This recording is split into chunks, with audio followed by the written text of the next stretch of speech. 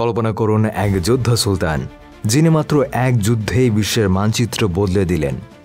একজন শাসক যার নাম শুনলেই বাইজেন্টাইন সাম্রাজ্যের ভেতরে ভয়ের স্রোত বইত।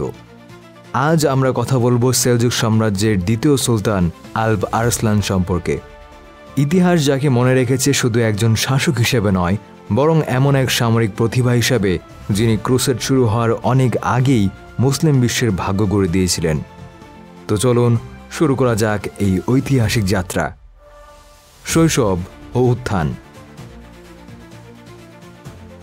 আলপ আরসলান জন্মগ্রহণ করেন 1029 সালে।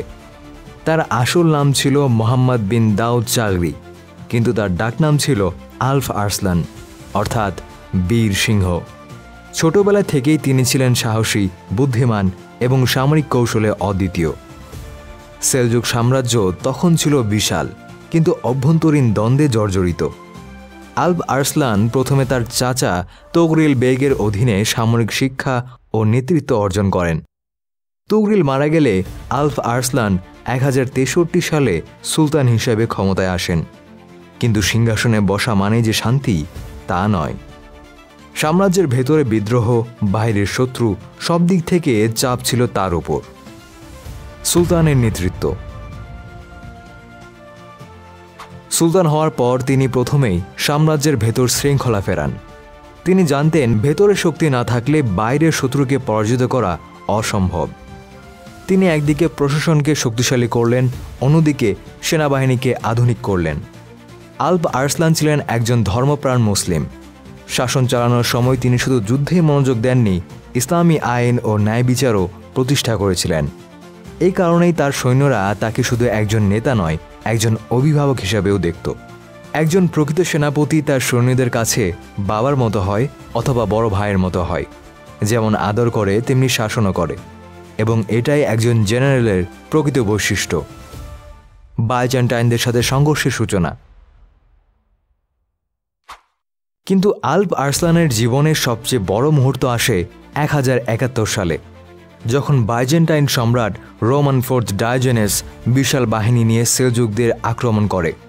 বাইজেন্টাইনরা তখন ইউরোপের মধ্যে অন্যতম শক্তিশালী সামরিক শক্তি।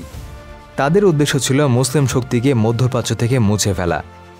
আলপ আরসলান জানতেন এই যুদ্ধ সাধারণ যুদ্ধ নয়, এটা ছিল অস্তিত্বের যুদ্ধ। মুসলিম বিশ্বের সামনে দুটি রাস্তা, হয় ভেঙে পড়া, নয়তো ইতিহাসে নতুন অধ্যায় লেখা।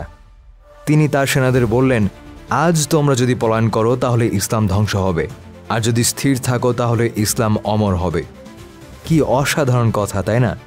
আপনি কি এমনটা বলতে পারতেন? কিন্তু আলপ আরসলান বলতে পারতেন। মানজিকার্টের যুদ্ধ। 26 আগস্ট 1071 সালে মানজিকার্ট নামক স্থানে শুরু হয় ইতিহাসের অন্যতম গুরুত্বপূর্ণ যুদ্ধ। বাইজেন্টাইন সেনাদের সংখ্যা ছিল প্রায় দ্বিগুণ, কিন্তু আলপ আরসলান জানতেন কিভাবে দুর্বলতা জয় করতে হয়। তিনি তুর্কি অশ্বারোহী বাহিনীকে ব্যবহার করে শত্রুকে বিভক্ত করে দেন। যুদ্ধের এক পর্যায়ে বাইজেন্টাইন সেনাদের ভেতর বিভ্রান্তি দেখা দেয়। আলপ আরসলান সুযোগ বুঝে আক্রমণ চালান। ফলাফল, ইতিহাস পাল্টে যায়। বাইজেন্টাইন সম্রাট রোমানোস দ্য ফোর্থ নিজেই বন্দী হয়ে পড়েন।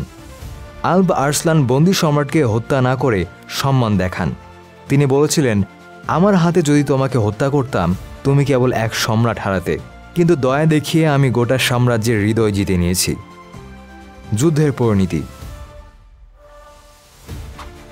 মানজিকার্টের যুদ্ধ শুধু একটি বিজয় ছিল না, এটা ছিল মুসলিম বিশ্বের জন্য নতুন সম্ভাবনার দ্বার। এই যুদ্ধের পর আনাতোলিয়া মুসলিমদের জন্য উন্মুক্ত হয়ে যায়। কয়েক দশক পরেই এখানে শুরু হয় ওসমানীয় সাম্রাজ্যের ভিত্তি, যা পরবর্তীতে ওসমানীয় খেলাফতে পরিণত হয়। পরবর্তীতে বিভিন্ন ভিডিওতে আমরা এই সকল বিষয় নিয়ে আলোচনা করব। অবশ্যই চ্যানেলটি সাবস্ক্রাইব করে রাখবেন, তাহলে অনেক নতুন কিছু জানতে ও শিখতে পারবেন। বাইজেন্টাইন সাম্রাজ্য আর কখনো তাদের পুরনো শক্তি ফিরে পায়নি।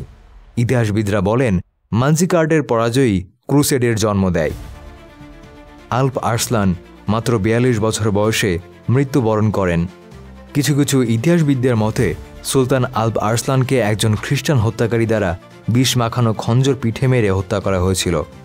মূলত শত্রুদের একটি শান্তি নিবেদনকারী প্রতিনিধি দলের ছদ্মবেশে সুলতানের কাছে এসেছিল, আর এই সময়ে এই ঘটনাটি ঘটে। সুলতান আলপ আরসলানের রেখে যাওয়া উত্তরাধিকার আজও বেঁচে আছে।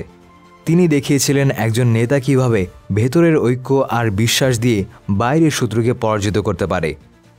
আলপ আরসলান শুধু একজন সুলতান ছিলেন না, তিনি ছিলেন মুসলিম বিশ্বের ভাগ্য নির্মাতা।